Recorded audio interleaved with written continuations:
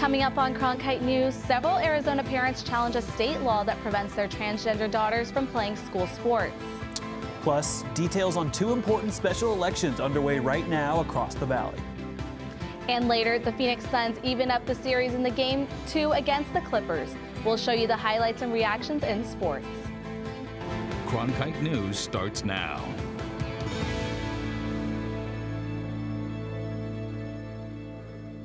Good evening and welcome to Cronkite News on Arizona PBS. I'm Alyssa Munoz. And I'm Dylan Nichols. Thank you for joining us.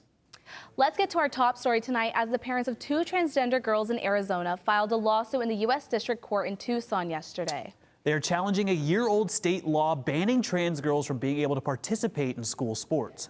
And this lawsuit is just the latest in a series of legal battles across the country dealing with transgender youth and sports. Sammy Miller joins us from the Sports Bureau with more on the implications of the lawsuit. Sammy? The plaintiffs in this lawsuit include an 11-year-old who wants to play basketball, soccer, and cross country, and a 15-year-old volleyball player. Their names are concealed in court for the children's safety. Attorneys for the families argue the law violates the Equal Protection Clause under the U.S. Constitution and Title IX. The Arizona Interscholastic Association, the Kyrene School District in Tempe, and the Gregory School in Tucson are named as defendants, along with State Superintendent of Public Instruction, Tom Horn. We spoke with Horn, who told us that any claims that the transgender ban violates Title IX is backwards. I feel very strongly that the statute that we have prohibiting biological boys from playing in girls' sports should be enforced.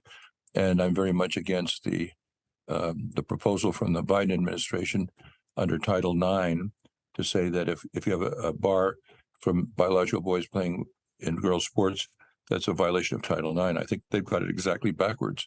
The whole reason we have boys' teams and girls' teams in virtually every sport is because boys do have an advantage, and it's not fair to expect girls to compete against boys that have greater muscle mass and greater bone density.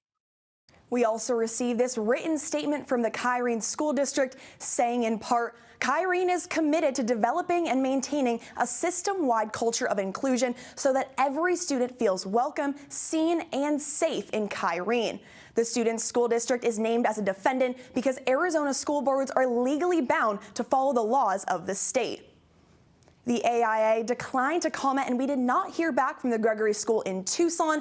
The plaintiffs in the case say these bans are discriminatory and affect kids' self-esteem. 2 days ago, President Joe Biden agreed, saying he would veto any legislation that comes across his desk that bans transgender youth from playing sports. In the Sports Bureau, Sammy Miller, Cronkite News. Late this afternoon, the U.S. Supreme Court extended access to an abortion medication for a few more days. The hold was set to expire tonight at midnight before the extension. Earlier this month, a U.S. District Court judge blocked the FDA's decades-old approval of the drug mifepristone. But President Biden's administration and a drug maker asked the Supreme Court to disregard the restrictions put in place by that district court judge. A final decision from the Supreme Court is expected by Friday. The U.S. has just a few months left to raise the debt ceiling before the country defaults on its debt. Now, House Speaker Kevin McCarthy says Republicans have a plan, and he's pushing for a vote next week. McCarthy's proposal will include raising the debt ceiling by $1.5 trillion, or until March 31st of next year, whichever comes first. The plan does not call for any new spending or new debt. It only allows the government to pay the bills it already owes. The bill also includes some items on the GOP's agenda, such as taking away funding for IRS agents and cutting parts of the Inflation Reduction Act. If the debt ceiling isn't raised, the country risks the first ever U.S. debt default, which would have dire economic consequences. Attorney General Chris May has announced today that Arizona will join the Justice Department's antitrust lawsuit that challenges Google's online advertising behavior. May said in a release, quote, "My office is firmly committed to finding monopolistic abuses of market power," also adding that competition in the digital marketplace improves the quality of products, reduces costs, and benefits consumers. 9 states joined the bipartisan complaint against the tech giant this week, bringing the total up to 17. The lawsuit filed earlier this year accuses the tech giant of monopolizing digital advertising technology and eating up competitors. The complaint says Google has been reducing competition in online advertising for the past 15 years. Governor Katie Hobbs has now set a record for the number of bills vetoed in a single legislative session.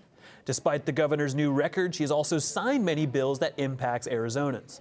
Cronkite News reporter John Brown joins us now to talk about the governor's record and what is and isn't getting signed into law. John? Yeah, that's right. According to Legiscan, a bill tracking website, Governor Hobbs has vetoed 63 bills and signed 64 bills this legislative session. In Governor Ducey's first year in office in 2015, he signed 324 bills in total. Like Ducey, on average, governors sign about 330 bills a year, according to Senior Advisor of DeMena Public Affairs, Kevin DeMena. Since she was elected, Governor Hobbs has signed about 19% of that. DeMena said the bills that she has signed follow a common theme. All of them are not outliers and are not controversial. One recent bill that passed had to deal with access to prisoners' medical records. Another decreases the tax rate on small businesses. In contrast, she is vetoing bills that have to do with elections. Although the number of bills Hobbs signed is low, experts said this might be because she hasn't seen some legislation yet.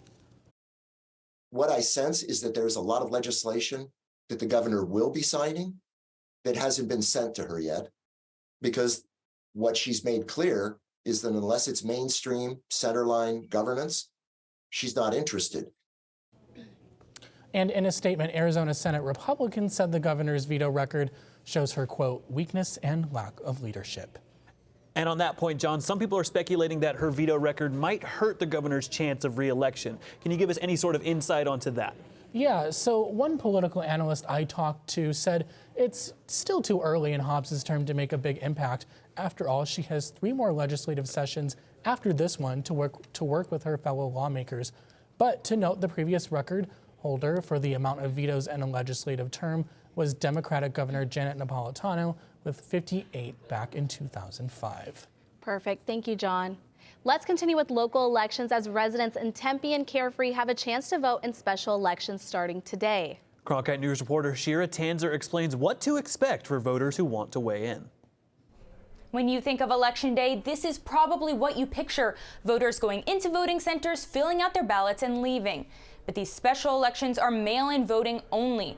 Ballots were sent out today and voters can expect to receive them in the mail over the next few days. Matthew Roberts with the Maricopa County Election Department says the mail-in method is fairly normal for elections like this that are only in certain jurisdictions. It's just an efficient way for voters to participate and an efficient way for us to actually hold that election. In Tempe, the ballots will have 3 questions regarding Propositions 301, 302, and 303, which will determine the fate of the Coyotes' proposed entertainment district. In Carefree, residents will vote on how fire and emergency medical services will operate. Roberts says because these are special elections and smaller jurisdictions, he's not expecting the same controversy surrounding voter fraud as we saw in the 2022 statewide elections. I suspect that these particular elections, being that they're just as important as any other election, but I believe that most people believe that their votes will be counted and signatures are being verified, especially during an all-mail election. Ballots can be submitted in official drop boxes or mailed directly from your house. Just make sure to get them in by May 9th to make sure your vote is counted. Shira Tanzer, Cronkite News. Coming up after the break, a sharp increase in cases of strep infections this year. So what's behind the increase? Find out what the experts think. And later, the Valley is home to some of the most polluted air in the entire country. Why and what can be done about it next.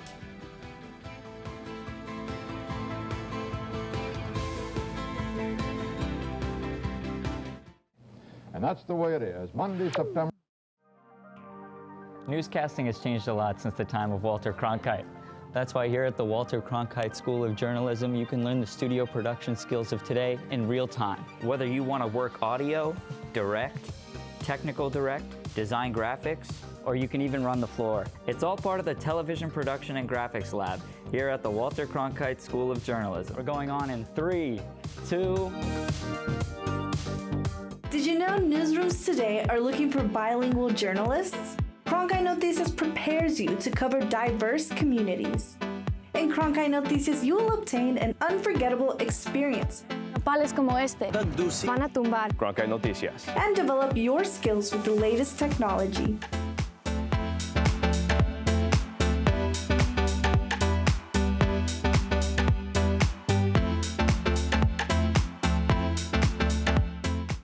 Walter Cronkite School of Journalism and Mass Communication's Phoenix Sports Bureau provides students with hands-on learning experiences and opportunities in sports journalism. From covering local high schools, colleges, and the pros, students get the opportunity to go live from our Facebook shows covering local, collegiate, and pro sports in the Valley. From digital reporting, broadcast, social media, and producing, there's opportunities for all. For more, go to cronkitenews.azpbs.org.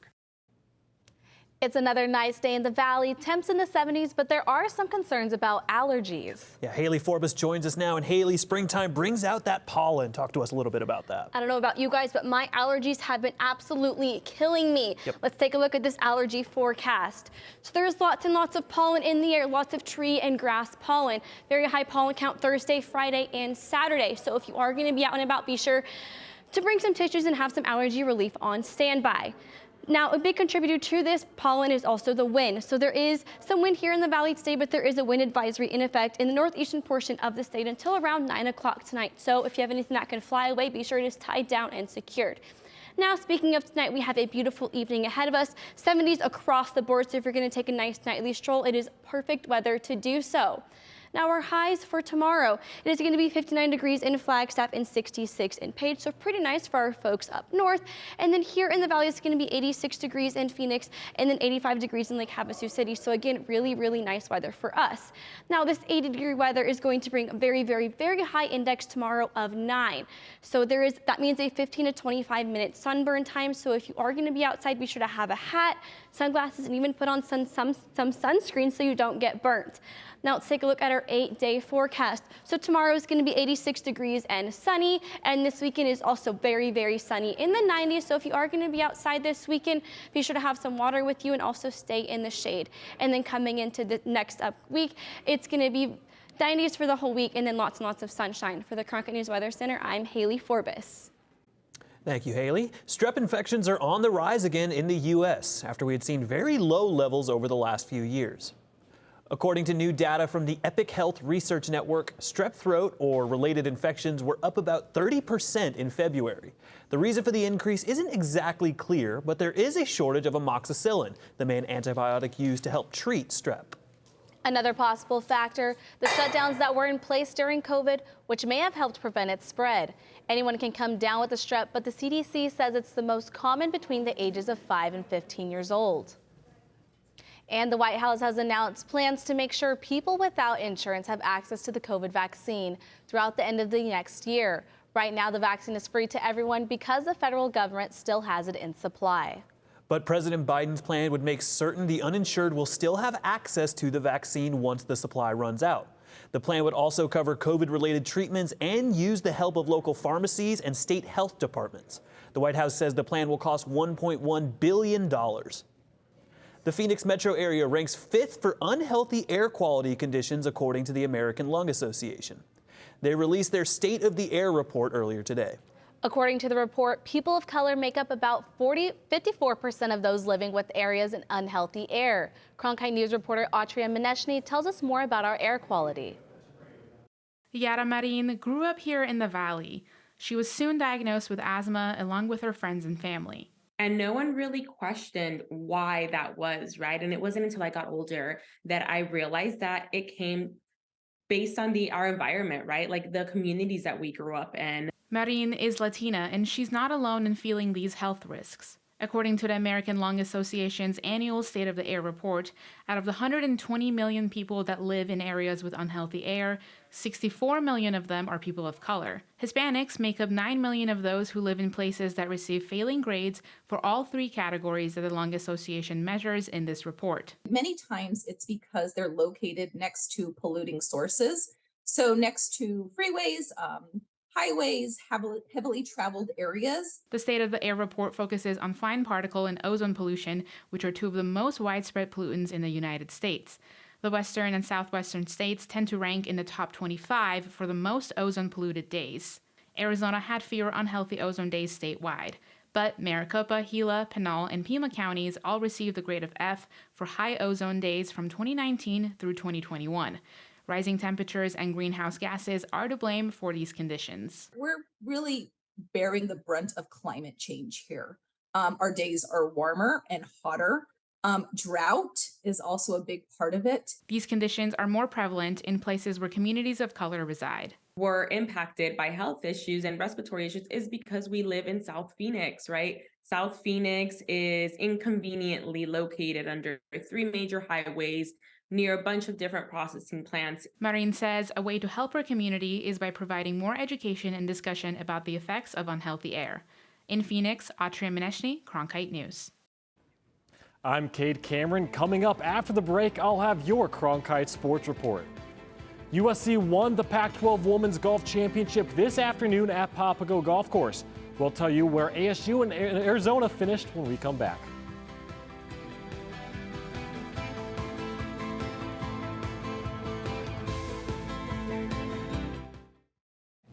And that's the way it is. Monday, September. Newscasting has changed a lot since the time of Walter Cronkite. That's why here at the Walter Cronkite School of Journalism, you can learn the studio production skills of today in real time. Whether you want to work audio, direct, technical direct, design graphics, or you can even run the floor. It's all part of the Television Production and Graphics Lab here at the Walter Cronkite School of Journalism. We're going on in 3, 2... Did you know newsrooms today are looking for bilingual journalists? Cronkite Noticias prepares you to cover diverse communities. In Cronkite Noticias, you will obtain an unforgettable experience. Pales como este van a tumbar. Cronkite Noticias. And develop your skills with the latest technology.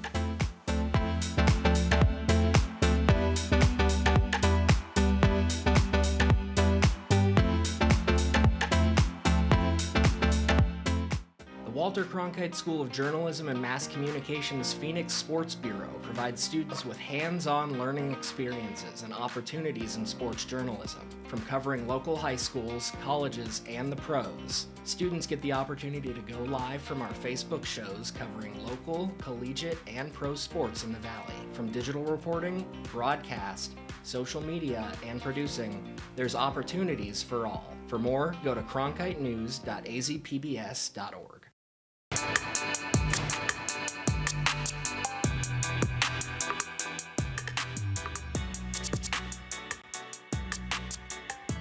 Welcome to the Cronkite Sports Report. I'm Cade Cameron.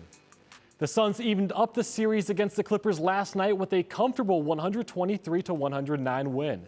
Devin Booker scored a game-high 38 points while shooting 14 for 22 from the field. This marks his 24th playoff game with over 20 points. The Suns closed out the first half and opened the second half on a 23-4 run. Booker scored or assisted on 17 of those 23. They continued to play defense down the stretch and never let the Clippers back in it. Monty Williams was excited about how they adjusted after halftime. Then coming out of the halftime break, it was just juice, toughness, grit.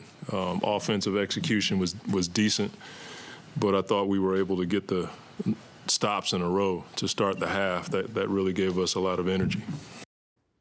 There's no shortage of snake-related sports teams in Arizona, but here's one you probably haven't heard of, the Sidewinders. Cronkite sports reporter Jackson Webster introduces us to this ultimate Frisbee team. At Toro Stadium in Mesa lies the Arizona Sidewinders, the 15th professional sports team in Arizona. For those that don't know, Ultimate is a mix between football and handball using a Frisbee. Players can't move when they have the Frisbee, and the goal is to score what is essentially a touchdown, though it's only worth 1 point. Helen Eifert, the founder of the Sidewinders, spoke about how the team came to be. I met a bunch of the women in the state playing Ultimate at pickups and leagues and things like that. They were all really, really good, but they weren't playing together. And I really wanted to get all of the women to play together on one team.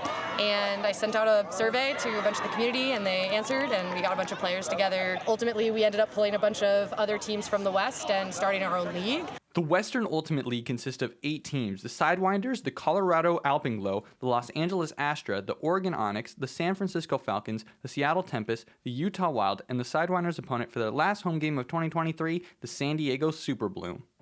Many Sidewinders players come from out of state just to play here for the Arizona Sidewinders, the first professional Ultimate team in the Valley, by the way, and it gives fans a unique opportunity to come view professional Ultimate up close. I actually live in Austin, and then for practices and games, I fly out, I stay with people, I just kind of like whoever will take me for the 10 days that I'm here. The Sidewinders crowd was mostly made up of player families and even real snakes. Fans have the opportunity to get up close and personal with live snakes and even the team's mascot, Susie. Whatever it takes, the team is focused on growing the game here in Arizona. So it's a huge opportunity to come and support a growing sport that does a lot for growing the sport as a whole in the world, providing a platform for women and non-binary athletes across the country. The Sidewinders have 3 games remaining, all in California, but all games are available on the Western Ultimate League YouTube channel. From Mesa, Jackson Webster, Cronkite News. The Western Ultimate League runs from March and concludes with the championship game in Seattle in June. ASU Women's Golf has been hosting the Pac-12 Championship this week at Papago Golf Course, beginning its journey to qualify for the NCAA National Championship. ASU freshman Beth Coulter finished second individually, while the team overall finished 5th behind the Wildcats, who placed 4th. Right now, ASU is focused on working together to play well in regionals in order to head to Grayhawk May 21st. I think we're all playing great. We've had a couple tournaments where we've just put in a couple big scores. But other than that, I feel like we're doing great. And the good thing about our team is we're so deep that any of us at any point can shoot really low. So that's really encouraging.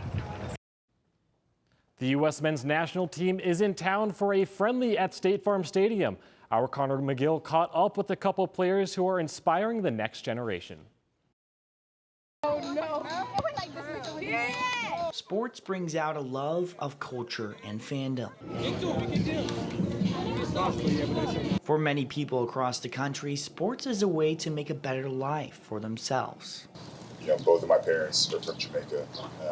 My parents moved here to give me an opportunity to achieve some of my dreams. So much like you guys, kind of in the same position. Grew up just loving sport, getting out and picking up any type of ball I could. A love that resonates across the field and pushes forward a future for youth in a community where kids rely on sports as an outlet. I was surprised because they actually were here, and I got some signatures, so pretty happy. Through hard work and determination, Sean Johnson and Matt Miazga made their dreams become reality. Me and Sean can attest to that you know, at these ages when we all come together, we work hard and we believe in ourselves and believe in the abilities that God gave us to do well and to work hard, your dreams will come true. It's the stories of Miazga and Johnson that gives hope and courage that anything is possible. In Phoenix, Connor McGill, Cronkite Sports. That's it for the Cronkite Sports Report. Back to you at the desk. Coming up next on Cronkite News, it's a sign of the times and maybe a little bit overdue. Netflix is set to shut down the DVD rental business that made it famous. We'll tell you when the last red envelope will be sent out.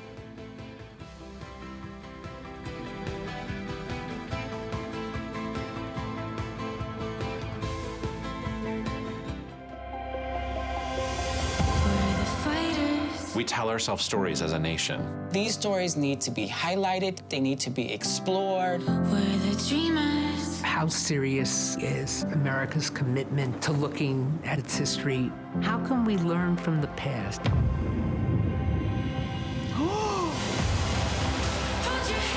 Douglas said, "You're going to look me in the eye and see my humanity." It's illuminating. I'm seeing the expansiveness of my history. It's pretty great. There's so much richness to Black life and Black culture. I think the story of Muslims in America is the story of America. Tonight, they are free. I cannot imagine how excited he must have been. It's a wonderful feeling. This is why we do this. It makes me even more committed to struggling for a better world.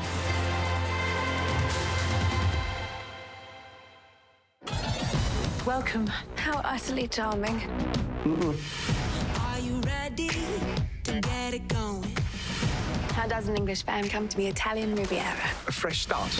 Can I trust you? Are you ready for the show? You can't be afraid to show them what you've got, what you want. Are we having a party? Of course, the more the merrier. I love this place. It's my home now. Trouble in paradise. I can't do it on my own.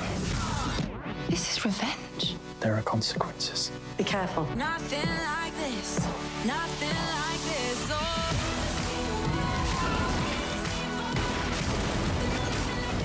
You look like you need rescuing. Don't we all? What is it that you want? I just want to let go. I choose how I live. There is the passion that I've been looking for. The business that made Netflix a household name is set to wind down later this year. The company is getting rid of DVD rentals after 25 years. The final red envelope is set to be mailed out this September. Netflix has reportedly mailed out more than 5 billion DVD and Blu-ray rentals to subscribers across the U.S. since 1998. The company said in a statement that the shrinking DVD business made it increasingly difficult to provide the best service for its members. One big question, will the person who rents the last DVD still have to return it? I mean, does Netflix really need that one DVD back? That remains unclear. And that's it for Cronkite News tonight. Thanks for joining us. For top Arizona stories anytime, go to cronkitenews.azpbs.org.